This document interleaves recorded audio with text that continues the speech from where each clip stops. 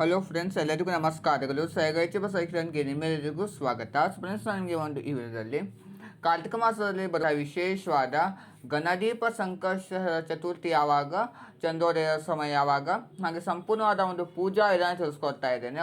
ಅದ್ರ ಜೊತೆಗೆ ಈ ಸಲ ನನಗೆ ಒಂದು ವಿಶೇಷವಾದ ರಂಗೋಲಿಯನ್ನು ಸಹ ತಿಳಿಸ್ಕೊಡ್ತಾ ಇದ್ದೇನೆ.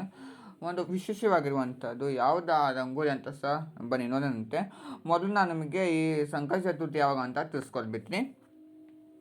ಕಾರ್ತಿಕ ಮಾಸದ ಕೃಷ್ಣ ಪಕ್ಷದ ಚತುರ್ಥಿ ತಿಥಿ ನಮಗೆ ಪ್ರಾರಂಭವಾಗುವಂಥದ್ದು 18ನೇ ತಾರೀಕು ಸೋಮವಾರ ಸಂಜೆ 6:57 ಹಾಗೆ 19ನೇ ತಾರೀಕು ಸಂಜೆ 5:29 ನಮಗೆ ಕೊನೆಗೊಳ್ಳುತ್ತದೆ. ಆದ್ದರಿಂದ ನಾವು ಚಂದ್ರೋದಯದ ತಿಥಿ ಗಣನೆ ತೆಗೆದುಕೊಂಡು 18ನೇ ತಾರೀಕು ಸೋಮವಾರ ನಾವು ಈ ಸಲ ಈ ಸಂಕಷ್ಟ ಚತುರ್ಥಿಯನ್ನು ಆಚರಣೆ ಮಾಡ್ತೀವಿ. ನಾವು ಕಾರ್ತಿಕ ಮಾಸದಲ್ಲಿ ಬರುವಂಥ ಸಂಕಷ್ಟ ಚತುರ್ಥಿಗೆ ನಾವು ಗಣದೀಪ ಸಂಕಷ್ಟ ಚತುರ್ಥಿ ಅಂತ ಕರೆಯುತ್ತೇವೆ. ಆದ್ದರಿಂದ ಗಣದೀಪ ಸಂಕಷ್ಟ ಚತುರ್ಥಿ ಎಂಬ ಒಂದು ಹೆಸರಿನಲ್ಲಿ ನಾವು ಪೂಜೆ ಮಾಡ್ತಾ ಇರ್ತೀವಿ. ಈ ಸಲ ನಮಗೆ ಚಂದ್ರೋದಯ ಸಮಯವಿರುವಂಥದ್ದು 18ನೇ ತಾರೀಕು ಸೋಮವಾರ ರಾತ್ರಿ 8:57 ಇರ್ತದೆ.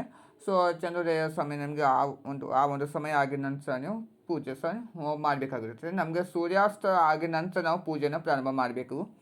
ಪೂಜಾ ವಿಧಾನ ನೋಡಿದಂತೆ ಒಂದು ಮನೆ ಮೇಲೆ ಹಳದಿ ವಸ್ತ್ರವನ್ನು ಹಾಕಿಕೊಂಡಿದ್ದೇನೆ. ಹಾಗೆ ಗಣೇಶನ ಫೋಟೋವನ್ನು ಇಟ್ಟಿದ್ದೇನೆ. ಒಂದು ಪ್ಲೇಟ್ ಮೇಲೆ ಅಂತ ಒಂದು ತಾಮ್ರ ಪ್ಲೇಟನ್ನು ತೆಗೆದುಕೊಂಡಿದ್ದೇನೆ. 5 ಎಲೆ ಇಟ್ಟಿದ್ದೇನೆ ಜೋಡಿಸಿ. ಅದ್ರ ಮೇಲೆ 3 ಹಿಡಿ ಅಕ್ಕಿಯನ್ನು ಹಾಕಿಕೊಂಡಿದ್ದೇನೆ.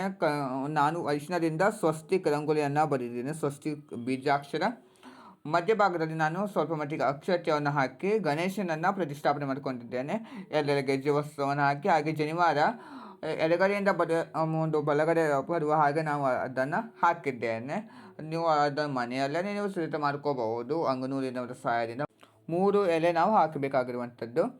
ಹಾಗೆ ನೀವು ನೋಡ್ತಾ ಇರ್ಬೋದು, ಗಣೇಶನ ಫೋಟೋಗೆ ಸಹ ಹೂಗಳಿಂದ ಅಲಂಕಾರ ಮಾಡಿದ್ದೇನೆ. ಹಾಗೆ ವಿಗ್ರಹಕ್ಕೆ ಸಹ ನಾನು ಹೂಗಳಿಂದ ಅಲಂಕಾರ ಮಾಡಿದ್ದೇನೆ. ನೀವು ಪಂಚಾಮೃತ ಅಭಿಷೇಕ ಮುಂತಾದ ಒಂದು ಅಭಿಷೇಕಗಳನ್ನು ಸಹ ಮಾಡ್ಕೋಬಹುದು.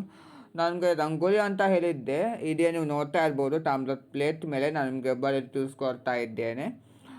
ಸಿಂಪಲಾಗಿ ಒಂದು ಇದು ಗಣೇಶನ ಮುಖಪದ್ಮದ ರಂಗೋಲಿ. ಹಾಗೆ ಗಣೇಶನ ಬೀಜಾಕ್ಷರ ಮಂತ್ರವನ್ನು ಸಹ ನೀವು ಬರೀಬೇಕು. ನಾನು ಆಯುಧಗಳನ್ನು ಸಹ ಬರೆದು ಇಟ್ಟಿದ್ದೇನೆ. ಓಂ ಬರೆದಿದ್ದೇನೆ. ಹಾಗೆ ತ್ರಿಶೂಲ, ಹಾಗೆ ಗಣೇಶನ ಒಂದು ಸೊಂಡಿಲಿಗೆ ಒಂದು ಬಟ್ಲನ್ನು ಆಕಾರಗಳನ್ನು ಕೊಟ್ಟು 5 ಮೋದಕಗಳನ್ನು ನಾನು ಒಂದು ರಂಗೋಲಿಗಳನ್ನಾಗಿ ಮಾಡಿ ನಾನು ಹಾಕಿದ್ದೇನೆ. ಹಾಗೆ ಗಣೇಶನ ಬೀಜಾಕ್ಷರ ಓಂ ಹ್ರೀಂ ಗ್ರೀಂ ಹ್ರೀಂ ಅಂತ ನೀವು ಅಕ್ಕಿ ಹಿಟ್ಟಿನಿಂದ ಸಹಾಯದಿಂದ ಅದನ್ನು ಬರೀಬಹುದು. ಹಾಗೆ ದೀಪಾರಾಧನೆ ಅನ್ನೋದಾದರೆ ನಾನು ನಿಮಗೆ ಪ್ರತಿ ಸಲ ಪಂಚಮುಖಿ ದೀಪಾರಾಧನೆ ತಿಳಿಸ್ಕೊಡ್ತಾ ಇದ್ದೀನಿ. ಈ ಸಲ 5 ದೀಪವನ್ನು ಹಚ್ಚಿಟ್ಟಿದ್ದೇನೆ.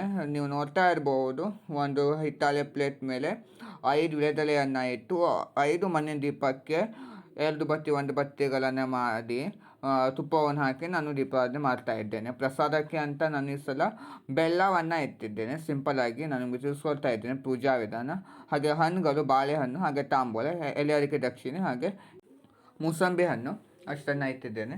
ನಂತರದಲ್ಲಿ ಊದಿನ ಕಡ್ಡಿಯನ್ನು ಬೆಳಗಿ ಸಾಂಬ್ರಾಣಿ ಧೂಪವನ್ನು ಸಹ ಹಾಕಿ ಗಣೇಶನ ಅಷ್ಟೋತ್ಸವಕ್ಕೆ ನಾವು ಒಂದು ಪ್ರಾರಂಭ ಮಾಡಬೇಕು. ಗಣೇಶನ ಅಷ್ಟೋತ್ಸವವನ್ನು ನಾವು ಕುಂಕುಮಾರ್ಚನೆಯಿಂದ ಮಾಡಬಹುದು, ಅಕ್ಷತೆಯಿಂದ ಅರ್ಚನೆ ಮಾಡಬಹುದು. ಹಾಗೆ ನಾವು ಈ ಕರಿಕೆಯಿಂದ ಒಂದು ಅರ್ಚನೆ ಸಹ ಮಾಡಬಹುದು. ನಾನು ಈ ಸಲ ಸೇವಂತಿ ಹೂವಿನ ಒಂದು ದಳಗಳು ಹಾಗೆ ಗರಿಕೆ ಎಲ್ಲದನ್ನು ಸಹ ನಾನು ಮಿಕ್ಸ್ ಮಾಡಿಕೊಂಡು ಆ ಒಂದು ಅಷ್ಟೋತ್ಸವ ಮಾಡ್ತಾ ಇದ್ದೇನೆ. ಹಾಗೆ ಗಣೇಶನಿಗೆ ಸಹ ನಾವು ಸ್ವಲ್ಪ ಮಟ್ಟಿಗೆ ಒಂದು ಗರಿಕೆ ಅಂತ ಇರಬೇಕು. ನಾನು ನಿಮಗೆ ಮೊದಲೇ ತಿಳಿಸ್ಕೊಂಡು ಮರ್ತಿದ್ದೆ. ಸೊ ಅದರಿಂದ ಈಗ ತಿಳಿಸ್ಕೊಳ್ತಾ ಇದ್ದೇನೆ. ನೀವು ನೋಡ್ತಾ ಇದ್ದೀವಿ, ನಾನು ಸಹ ಸ್ವಲ್ಪ ಮಟ್ಟಿಗೆ ಇಟ್ಟಿದ್ದೇನೆ. ಅಷ್ಟೋತ್ಸವ ಆಗಿದ ನಂತರದಲ್ಲಿ ಕಾಯನ್ನು ಒಡೆದು ನೀವು ಬೆಳಿಗ್ಗೆಯನ್ನು ಕಾಯನ್ನು ಸಂಕಲ್ಪ ಮಾಡಿಕೊಂಡಿರ್ತೀರ ಬೆಳಿಗ್ಗೆನೇ.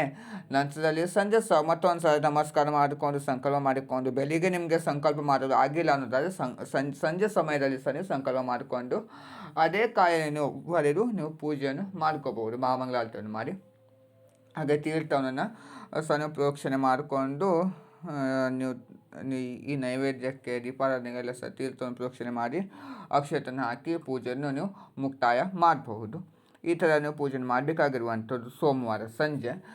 ಹಾಗೆಯೇ ನಮಗೆ ಈ ಚಂದ್ರೋದಯದ ಸಮಯ ರಾತ್ರಿ 8:57 ಇರ್ತದೆ. ಸೊ ಆ ಸಮಯದ ನಂತರ ನೀವು ಚಂದ್ರನಿಗೆ ಒಂದು ಅರ್ಘ್ಯವನ್ನು ನೀವು ಬಿಡಬೇಕು. ಯಾವ ಥರ ಅನ್ನೋದಾದರೆ ಒಂದು ಕಲಸಕ್ಕೆ ನೀವು ನೀರನ್ನು ಹಾಕಿ ಶ್ರೀಗಂಧ, ಅರಿಶಿನ, ಕುಂಕುಮ ಸ್ವಲ್ಪ ಮಟ್ಟಿಗೆ ಗರಿಕೆ ಹಾಗೆ ಒಂದು ಹೂವು ಅರಿಶಿನ ಹಾಕಿ ಚಂದ್ರನ ಬಳಿಗೆ ನೀವು ಹೇಳ್ಕೊಂಡು ಕ್ಷೀರೋದಾತ್ಮ ಸಂಭೂತ ಅರ್ಚನೆಯತ್ತ ಸಮುದ್ಭವ ಗ್ರಹಣಾದ್ಯಮಯ ದತ್ತಂ ರೋಹಿಣ್ಯ ಸಹಿತ ಶಶಿಂ ರೋಹಿಣಿ ಸಹಿತ ಚಂದ್ರಾಯ ನಮಃ ಇದಮಾರ್ಘ್ಯಂ ಸಮರ್ಪಯಾಮಿ ಓಂ ಸೋಮಾಯ ನಮಃ ಓಂ ಚಂದ್ರಾಯ ನಮಃ ಅಂತ ನೀವು ಹೇಳ್ಕೊಂಡು ಅರ್ಘ್ಯವನ್ನು ಬಿಟ್ಟು ನಂತರ ನೀವು ಉಪವಾಸವನ್ನು ಬಿಡಬಹುದು. ಅನ್ನ ಮಾತ್ರಕ್ಕೆ ನೀವು ಊಟವನ್ನು ಮಾಡಬಾರ್ದು, ಖಾಲಿ ನೀವು ಅವಲಕ್ಕಿ, ಉಪ್ಪಿಟ್ಟು ಈ ಥರ ನೀವು ಸೇವನೆ ಮಾಡ್ಕೋಬಹುದು. ನೋಡಲು ಫ್ರೆಂಡ್ಸ್, ನನಗೆ ಇವತ್ತಿನ ಈ ಒಂದು ವಿಡಿಯೋದಲ್ಲಿ ಕಾರ್ತಿಕ ಮಾಸದಲ್ಲಿ ಬರುವಂಥ ವಿಶೇಷವಾದ ಗಣದೀಪ ಸಂಕರ್ಷದ ಚತುರ್ಥಿ ಯಾವಾಗ, ವಿಶೇಷವಾದ ಒಂದು ಪೂಜಾ ವಿಧಾನ, ಚಂದ್ರೋದಯ ಸಮಯ ಯಾವಾಗ, ಹಾಗೆ ಒಂದು ವಿಶೇಷವಾದ ಗಣೇಶನ ಮುಖಪದ್ಮದ ರಂಗೋಲಿಯನ್ನು ಸಹ ತಿಳಿಸ್ಕೊಡ್ತಿದ್ದೇನೆ. ಈ ವಿಡಿಯೋ ನಿಮಗೆ ಇಷ್ಟವಾದಲ್ಲಿ ಲೈಕ್ ಮಾಡಿ, ಶೇರ್ ಮಾಡಿ, ಕಮೆಂಟ್ ಮಾಡಿ, ಹಾಗೆ ಯಾವುದೇ ಕಾರಣಕ್ಕೂ ಪ್ಲೀಸ್ ಫ್ರೆಂಡ್ಸ್ ನನಗೊಂದು ಸಬ್ಸ್ಕ್ರೈಬ್ ಮಾಡೋದನ್ನು ಮರಿಬೇಡಿ ಫ್ರೆಂಡ್ಸ್. Thank you.